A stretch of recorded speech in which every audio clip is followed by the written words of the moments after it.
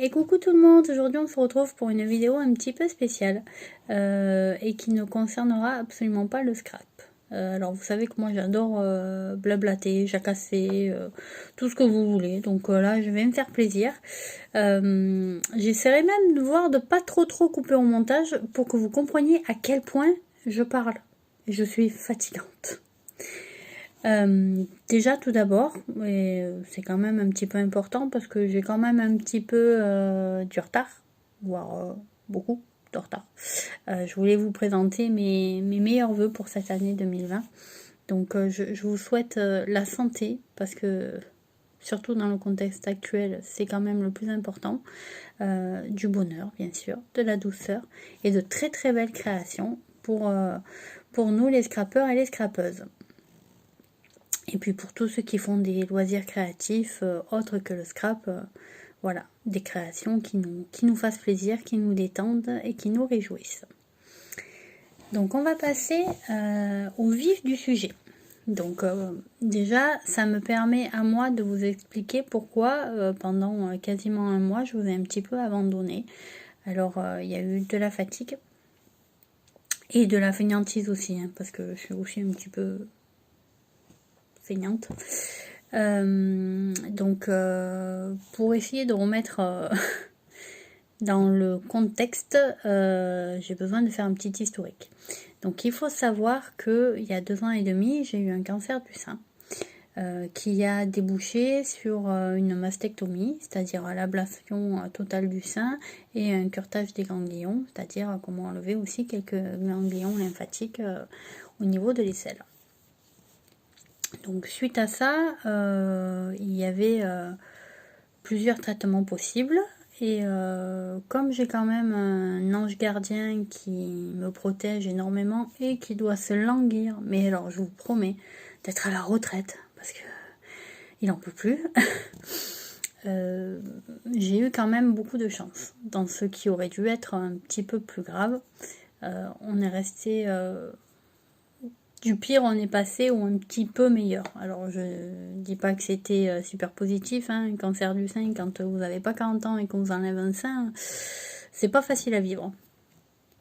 Mais bon, tout c'est voilà, c'est du passé, maintenant c'est fait, on a fait ce qu'il fallait faire, on a fait ce qu'il y avait à faire, on s'est pas posé de questions et puis ça permet d'avancer.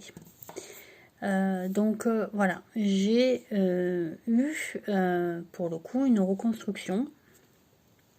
Donc cette reconstruction là, elle se fait en plusieurs étapes et c'est un petit peu le sujet de la vidéo. Déjà de 1, comme je vous ai dit tout à l'heure, ça me permet un petit peu de me justifier parce que je me suis fait opérer le 21 décembre et au final ça m'a un petit peu fatiguée pour les fêtes, pardon, pour les 15 jours qui ont suivi. Et puis après, la reprise a été un petit peu difficile. Il faut savoir aussi que à la base, j'ai une maladie génétique, donc c'est un syndrome de Strumpel-Lorraine, et ça engendre une paraparésie spastique, c'est-à-dire que je marche difficilement. Donc je marche avec un tripode, suivant où je vais, je suis en fauteuil roulant. C'est un petit peu... on prend l'habitude, hein, ça fait 42 ans que j'ai ce syndrome-là, je suis née avec, donc bon, on prend l'habitude. Mais disons que ce syndrome-là fait que je mets un peu plus de temps à récupérer que les autres. Ce qui explique pourquoi j'ai été un petit peu plus longue à récupérer et pourquoi je vous ai un petit peu abandonné. Ça, c'était le premier point. Le deuxième point, c'est que les opérations que je subis, en fait, ça s'appelle du lipofilling. Et c'est quand même quelque chose qui est très peu connu. À chaque fois que je suis dans un milieu médical, parce que j'ai un rendez-vous médical ou autre, on parle de ceci. Finalement, ça permet de savoir qu'il y a beaucoup de personnes qui ont subi un cancer aussi, qu'il y a beaucoup de personnes qui ne sont pas traitées par chimiothérapie, mais par hormonothérapie, ce qui est mon cas. C'est-à-dire que, alors je vais refaire une petite parenthèse,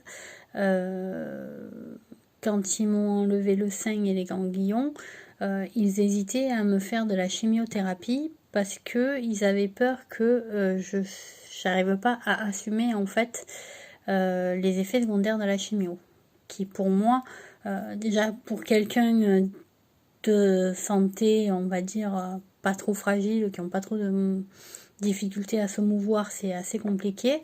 Donc sur une personne qui a des grosses difficultés à se déplacer, ça pouvait être grave et déclencher des conséquences sur la maladie qui peuvent être un peu plus contraignantes que ma vie actuelle. Donc moi j'ai été suivie à l'IPC, donc c'est l'Institut Paoli Calmette à Marseille. Pour la région, pour moi c'est les meilleurs. Pour moi c'est même les meilleurs de toute la métropole. Alors je connais pas trop les autres centres, mais j'ai que du bien et que des bons échos. Ils ont déjà du matériel vraiment très perfectionné. Ils sont vraiment au centre de la recherche. Ils sont vraiment au top. Voilà. Pour moi, quand on veut acheter du bon pain, on va dans une bonne boulangerie et pas chez son boucher acheter une baguette. Hein. Ben voilà. Pour moi, quand on veut sortir indemne de son cancer, il faut aller dans un centre où ils ont l'habitude de traiter ça. En plus, ils ont vraiment été au top parce qu'ils se sont mis en corrélation avec mon neurologue, avec le responsable de la rééducation et à la marche, puisque je suis suivie pour mon Strumpel-Lorraine et j'ai des injections de toxines botuliques. Donc ils voulaient savoir si ça faisait pas mauvais mélange. Enfin ils ont vraiment été, je veux dire, au top. J'ai vraiment rien à leur reprocher. Et puis quand il a fallu parler de reconstruction, j'ai eu droit aux explications sur toutes les facettes de différentes chirurgies, c'est-à-dire vous mettre des implants, ou bien récupérer un morceau de muscle. Alors ça peut être au niveau du ventre, ça peut être au niveau du dorsal, voilà, on vous le met au niveau de la poitrine et puis pour récupérer ce que vous avez, puisque quand on vous l'enlève, on vous l'enlève, hein. Après c'est plat, vous avez une cicatrice de la largeur, enfin qui va du début du sein jusque sous vos aisselle, puisque on m'a enlevé les ganglions, donc il faut vraiment récupérer ce qu'on peut pour mettre à l'intérieur. Et donc le chirurgien n'était absolument pas pour les implants, puisque pour lui déjà avec un petit peu mon cursus de maladie génétique, il avait peur que je fasse un rejet, ce que je comprends tout à fait. Après moi je suis pas fan des implants non plus, parce que ça reste un corps étranger qu'on vous met à l'intérieur et qui est si on peut faire autrement, autant faire autrement, quoi. Si on n'a pas le choix, on n'a pas le choix. Hein. Mais bon, sachant qu'il faut les changer tous les 10 ans parce que on risque encore de développer un cancer, c'est bon. J'en ai eu un, j'ai fait mon quota, quoi. Ensuite, au niveau du prélèvement de muscles, déjà que je me déplace avec un tripode, donc j'ai quand même besoin de mes bras. J'ai déjà les jambes, on va dire, qui fonctionnent pas bien du tout. Donc si en plus on est obligé de me prélever un morceau de muscle qui risque de faire un déficit au niveau des membres supérieurs, ils n'étaient pas pour non plus, hein, parce qu'ils m'ont dit déjà pour tenir le tripode, le jour où vous êtes en fauteuil pour conduire le fauteuil, vous voyez, c'est compliqué. Donc ils ont dit, moi j'ai une troisième proposition à vous faire. Et cette opération-là, elle est peu connue. Donc ça s'appelle du lipofilling, je vous l'ai déjà dit tout à l'heure. Et en fait, c'est tout simplement un prélèvement de gras. Donc c'est une autogreffe. On prend votre propre gras et on vous l'injecte dans votre poitrine. Donc ça se fait en plusieurs étapes. Alors pour moi, ils m'ont dit entre à peu près 6 opérations, sachant que ils ne pouvaient pas récupérer la totalité de grosseur par rapport à mon autre sein. Alors bon, moi je suis costaud, donc c'est bien parce que pour le coup il y a du gras, mais le problème c'est que ça fait une poitrine assez lourde et ils ont pas ce qu'il faut malgré tout, puisque c'est pas n'importe quel gras non plus qu'on vous prend.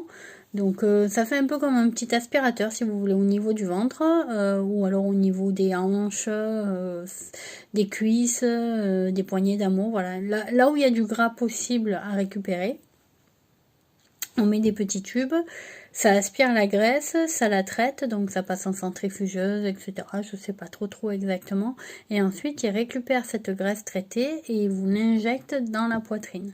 Donc au niveau de la poitrine, vous avez des tout petits trous. Alors par contre, vous en avez beaucoup puisqu'ils font le galbe petit à petit. Donc à un moment donné, les premiers temps, vous avez juste une petite boule de graisse, donc pour dire voilà la poitrine grossit. Ensuite, petit à petit, ils refont le galbe pour que ça prenne l'apparence d'un sein en fait. Et donc au niveau de la poitrine, les petites tubulures, voilà, elles sont fermées avec des, comment on appelle? Ah, des stérile strips. Oui, c'est ça, les points américains. Donc ça se ferme tout seul et honnêtement, ça ne fait absolument aucune cicatrice. Ça fait comme un petit bouton et puis après, vous voyez plus rien, mais vraiment plus rien. C'est tellement petit. Voilà, en plus c'est même pas douloureux. Vous pouvez avoir un petit peu mal parce que au niveau du ventre, vous avez quand même des points. Donc vous avez entre 1 à 2 points par endroit où ils ont prélevé la graisse. Moi en général il la prélève à 4 endroits, donc j'ai 4 points, j'ai qu'un seul point là où il la prélève, donc j'ai 4 points puisqu'ils l'ont prélevé à 4 endroits différents, et comme ils aspirent un peu, vous voyez ça fait des gros hématomes, donc c'est juste les hématomes qui peuvent vous faire mal, mais bon, prenez un petit Doliprane, un Efferalgan, un Dafalgan, ce que vous voulez, un petit truc à 500 là, et franchement la douleur s'en va quoi. C'est pas l'opération, je veux dire, par rapport à la première que j'ai eue, celle-là, c'est... Enfin, même, vous vous réveillez super bien, hein. Moi, en 10 minutes, je suis au taquet, hein. Je peux me relever pour aller aux toilettes. Oui, je sais pas si c'est vous, mais... Enfin, si c'est moi, pardon. Mais quand je suis une anesthésie générale, et c'est impressionnant. Quand je me réveille, mais en fait, je passerai le restant de ma journée ou de ma nuit sur les toilettes, quoi. Je fais que faire pipi. C'est top, hein. Oui, je sais, hein. C'est génial de vous parler de ça, mais je sais pas si c'est que moi ou j'en sais rien. C'est quand même étrange. Je ne sais pas ce qu'ils vous mettent dans le produit, mais... Enfin, bref. On va parler d'autre chose que de mes envies de faire pipi, hein. Donc j'en étais à vous dire que voilà, l'opération se passe relativement bien. Alors c'est long parce qu'il y a le traitement de la graisse, hein. C'est pas long parce qu'il y a beaucoup de coutures à faire ou non, c'est juste parce que le temps que ça passe en centrifugeuse, que ça passe en je sais pas quoi, que ça fasse je sais pas quoi, voilà, le temps voilà, qu'ils prennent en bas et qu'ils remettent en haut. Mais c'est une opération qui se passe vraiment très bien, sans problème. On a quasiment de suite les effets parce que alors ils vous mettent un gros pansement compressif pour bien tenir là où on vous a pris le gras pour justement éviter d'avoir mal et que ça saigne. Mais je veux dire, dès le lendemain, vous voyez de suite la poitrine, votre belle poitrine, quoi, votre beau galbe. Alors, il faut savoir que tout ce qu'on vous a prélevé et qu'on vous a réinjecté, vous n'allez pas forcément le garder. Il y a quand même des pertes. Les pertes peuvent varier suivant les personnes. Ça peut aller entre 60 et... non. La perte peut aller de 30 à 40% de perte et les bénéfices, c'est entre 60-70 et 100%. Alors moi j'ai de la chance, je perds un petit peu, mais vraiment très peu. Je dois perdre peut-être même pas 10% de ce qu'on m'injecte. Ça fait que les opérations se passent bien et que j'ai du bon gras en fait, hein, voilà, n'ayons pas peur des mots. Et pour le coup, bon ben voilà, j'ai pas besoin de... J'irai peut-être pas plus loin que 6 opérations.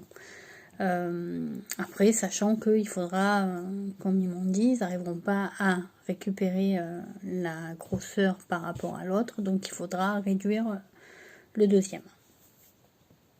Donc voilà. Et cette opération-là, je trouve dommage que peu de personnes en parlent, parce que en fait, elle n'est pas simplement réservée aux personnes comme moi qui ont eu une mastectomie et qui veulent se faire une reconstruction de la poitrine par un moyen naturel. Mais aussi, ça peut être pour des personnes qui ont une petite poitrine et qui veulent la gonfler un peu. Alors c'est votre gras, donc c'est à vous, vous risquez pas de faire un rejet. On vous enlève le gras que vous avez ailleurs pour vous le mettre au niveau de la poitrine. Ça fait un très joli rendu. Vous souffrez pas. Je veux dire, je trouve ça vraiment dommage et vraiment curieux que dès qu'on a un problème, on parle systématiquement que des prothèses. Alors, j'ai rien en soi contre les prothèses mammaires, hein, je veux dire, moi ça me pose aucun problème. Après, personnellement, si je peux éviter, j'évite. Et je trouve ça dommage que quand on a des moyens naturels où vous êtes sûr de ne pas faire de rejet, enfin, c'est votre gras, c'est une autogreffe. C'est comme ça qu'on vous le présente, hein. On vous dit, voilà, c'est une autogreffe, on prend votre gras, on vous le réinjecte dans votre poitrine. Je vois pas pourquoi on devrait passer par autre chose. Et en fait, c'est tellement peu connu, je trouve ça vraiment dommage. Qu'on ait des opérations qui nécessitent pas forcément des soins derrière, qui nécessitent pas d'avoir de la douleur derrière, parce que quand on vous met quand même des prothèses, c'est quand même une opération assez lourde. On vous insère la poitrine, vous avez le truc dedans, vous avez des points, c'est tandis que là, enfin je sais pas pourquoi. Mais voilà, je voulais simplement vous parler de ça parce que je trouve dommage de se priver d'une connaissance, tout simplement. De se dire, alors moi je connaissais absolument pas en plus, hein, c'est le chirurgien qui m'en a parlé, je suis restée un petit peu étonnée et je me suis dit, mais pourquoi c'est pas dans les mœurs? Pourquoi on n'en parle pas plus souvent que ça? Pourquoi systématiquement, quand vous allez voir d'autres médecins, ah ben vous avez plus la poitrine, il faut forcément mettre un implant ou prendre un morceau de muscle ou voilà. Je trouve ça dommage. Et ça me réconforte encore dans l'idée d'être allée dans un centre spécialisé. Parce que pour le coup, je pense qu'ils ont vraiment un panel de propositions à vous faire. Déjà, au niveau, comme je vous ai dit tout à l'heure, moi j'ai pas eu de chimio, j'ai eu de l'hormonothérapie. Donc j'ai 10 ans de traitement. Oui, je vous le redis parce que je me rappelle plus si je vous l'ai dit ou pas en fait. Tellement je parle, je sais plus ce que je dis il y a 10 minutes. Donc c'est pour ça que c'est embêtant de parler avec moi. Parce que non seulement je non seulement je blablate, mais en plus il y aura d'autres. C'est dur, je vous jure, c'est dur. Même pour moi, c'est dur. Donc je vous disais, je suis sous hormonothérapie. Donc c'est quelque chose que mon corps accepte beaucoup mieux que la chimio. Il y a quand même des conséquences avec des effets secondaires chez moi, donc des conséquences un petit peu physiques, mais parce que j'ai un Strompen-Lorraine à la base. Je pense que si vous n'avez pas de Strompen-Lorraine, vous aurez quand même des effets secondaires, parce que ce sont quand même des médicaments tout médicament, de toute façon, tel qu'il soit, n'est pas à prendre à la légère. Hein. Il faut respecter les posologies et tout ce qui est marqué dans la notice. Mais il y a des médicaments qui sont quand même plus contraignants que d'autres. Donc, l'hormonothérapie, ça reste quand même un médicament qui est quand même un petit peu contraignant. Mais bon, pour moi, c'était quand même beaucoup mieux que la chimiothérapie. Et voilà, tout ça pour vous dire que l'IPC ils sont top parce que ailleurs, je suis pas sûre qu'on m'aurait proposé ça.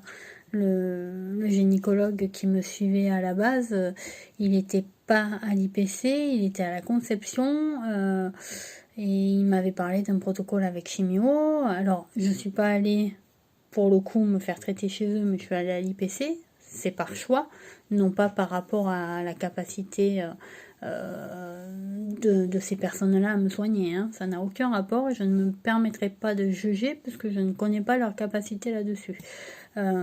C'était juste un choix, voilà. Moi, j'avais décidé d'aller dans le centre le plus expert possible et pour moi, c'était l'IPC. Après, c'est mon idée à moi et ça ne reste et ça ne tient que à moi. On n'est pas obligé de faire ce que je dis, loin de là. Très loin de là. Chacun prend ses décisions, chacun fait ses recherches, chacun se dit bon ben ça c'est comme ça, mais c'est quand même important à la base de se renseigner sur tout ce qu'on peut vous proposer. Parce que ben voilà, imaginez vous êtes suivi et puis on vous propose la reconstruction et puis on vous dit oh ben c'est bon, on vous met 2 prothèses. Alors généralement c'est une opération qui se passe bien quand vous êtes en mastectomie, parce qu'en fait on vous met la prothèse qui sera remplie avec de l'eau, si je dis pas de bêtises, quand on vous enlève la poitrine. Et ensuite on la remplit progressivement et ensuite on la change et on met les prothèses en silicone. Là c'est juste pour que la peau s'étire bien si vous voulez, et puis surtout pour pas l'endommager pendant les rayons, parce que quand vous avez vos rayons, ça endommage tout ce qu'il y a à l'intérieur. Donc on peut pas vous mettre de suite la prothèse, mais après voilà, il y a plusieurs écoles, hein. Il y a des chirurgiens qui disent ah ben non mais on vous l'enlève, on vous la met comme ça vous savez, et il y a d'autres chirurgiens qui vous disent non, on vous opérera plus tard pour vous mettre une autre prothèse parce que il faut faire votre deuil de votre poitrine, voilà. Après c'est on va dire quelque chose qui dépend de toutes les personnes. On n'est pas tous égaux là-dessus, c'est comme la santé, c'est comme la couleur des yeux, la couleur des cheveux, etc., etc., etc. Donc voilà, c'était juste pour vous dire que je trouve ça dommage que ce type d'opération ne soit pas rentré entre guillemets dans les mœurs. Alors après c'est vrai honnêtement que quand vous en avez pas besoin vous n'allez pas vous renseigner là-dessus, hein, on est bien d'accord, mais on entend tellement de personnes qui se sont refait faire les seins et à chaque fois c'est toujours la même chose, c'est-à-dire on est passé par les prothèses, qu'au final on oublie les petites opérations qui peuvent être à côté. Et alors c'est sûr que ce type d'opération aussi, si vous n'avez pas de gras, on peut pas vous la proposer parce qu'il faut votre gras pour le mettre. Donc si vous êtes tout mince, tout chétif et que vous n'avez pas de gras, je vois pas trop ce qu'ils vont pouvoir prendre. Donc forcément elle n'est pas non plus ouverte à tout le monde.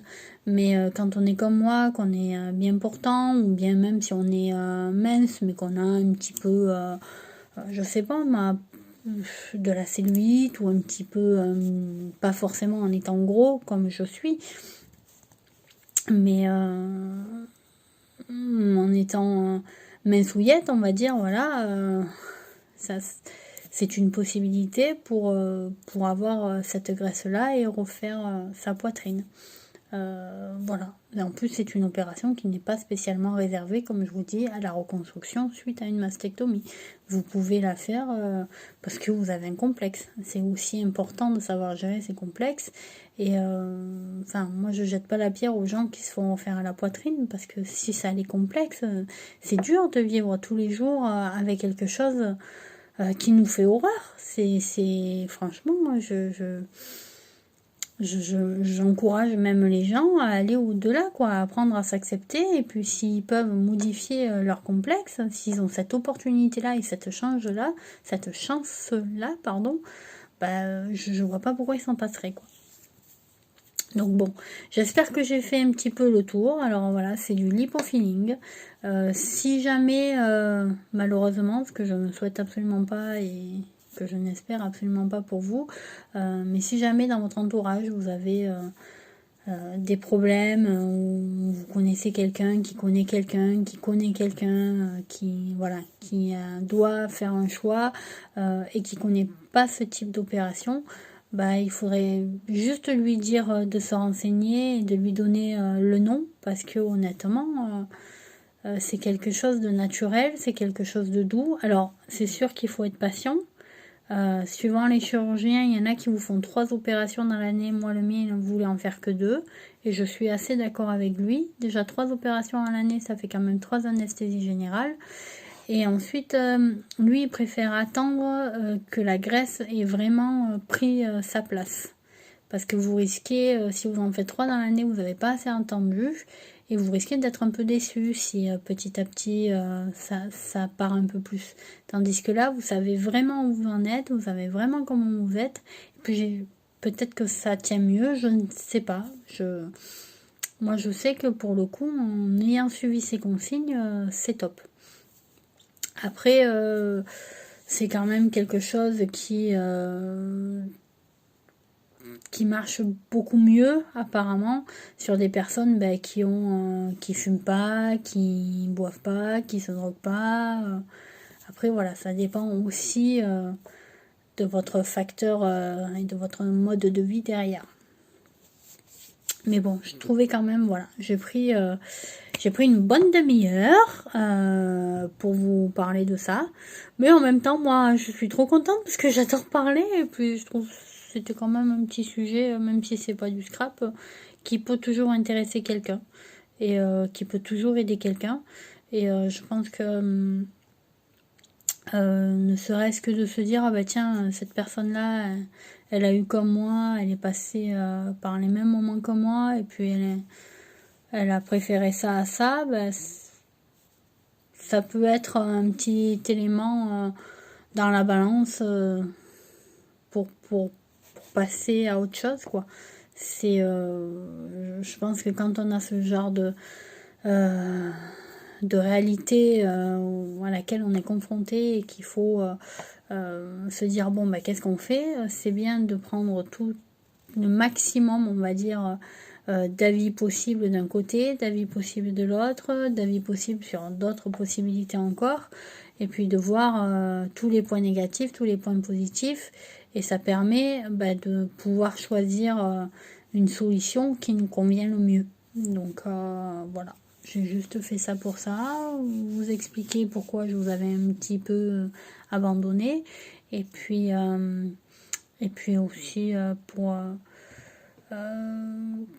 qu'on soit enfin que je vous cache rien quoi, voilà, vous savez pourquoi des fois je suis un peu fatiguée, des fois je suis moins fatiguée, des fois j'ai plus de temps que d'autres parce que par rapport à ma maladie génétique je vais souvent en centre de rééducation, donc des fois c'est pas facile de trouver le temps, hein, parce que le centre de rééducation c'est tout l'après-midi, hein, vous partez à 12h30, vous revenez c'est 6h, 6h30, donc ça limite un peu pour le scrap quoi. Donc voilà, mais je continue à faire du scrap. Du reste j'ai fait 2 vidéos qui sont déjà préchargées, parce que c'est mon problème ça, je fais toujours plein de vidéos, j'ai toujours plein de bonnes intentions, mais elles sont toutes dans mon téléphone et il n'y en a aucune qui est montée. Et c'est le gros bordel, ça c'est typique à moi quoi, le truc qui pourrait prendre 10 minutes, non il met toujours 1000 ans. Mais bon voilà, hier j'ai fait mes petits montages, je les ai pré-téléchargés, il n'y a plus qu'à attendre les jours et c'est nickel. Je vais vous mettre celle-là en ligne et puis je vais vous faire des gros bisous et puis je vous dis à bientôt, bisous bisous.